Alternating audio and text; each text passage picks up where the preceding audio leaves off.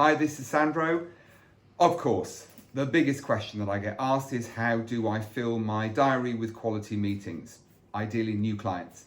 And of course, there are lots of answers to that particular question. And if you click on the link and join me in my masterclass, I'm going to give you at least 15 ways to fill your diary with good quality meetings.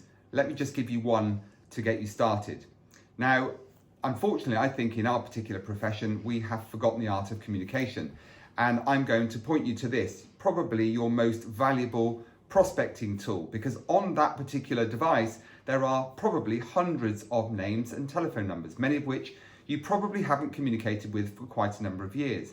And unfortunately, the little voice on our shoulder says, don't call this particular person, haven't spoken to them for a number of years. It's an awkward conversation. How do I start a conversation?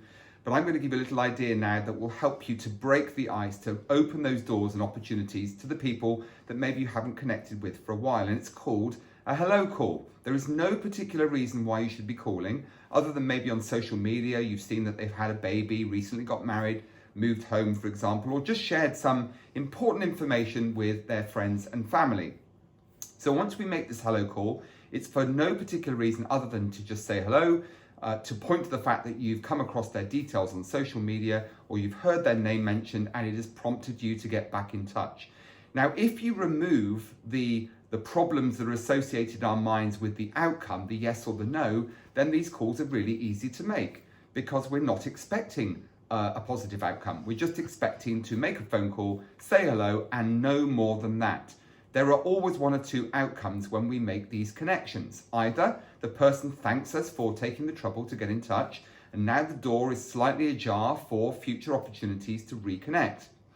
The other thing that might happen is that they may say, I'm really glad you contacted me. There's a particular reason why I might want to speak with you. They may ask us, in thanking us for asking after them, how we're doing in life and business. And that gives us the opportunity to share with them using the principle of consensus. We'll talk about that in later videos. This principle of consensus, which is this basic principle that says people want to know what our other clients are doing with us. So we can talk about how busy we are, that we're helping people to achieve greater financial success. That sometimes prompts a conversation.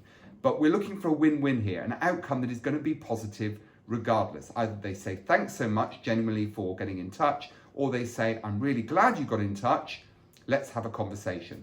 Either way, really good way to start those conversations with no threat of rejection.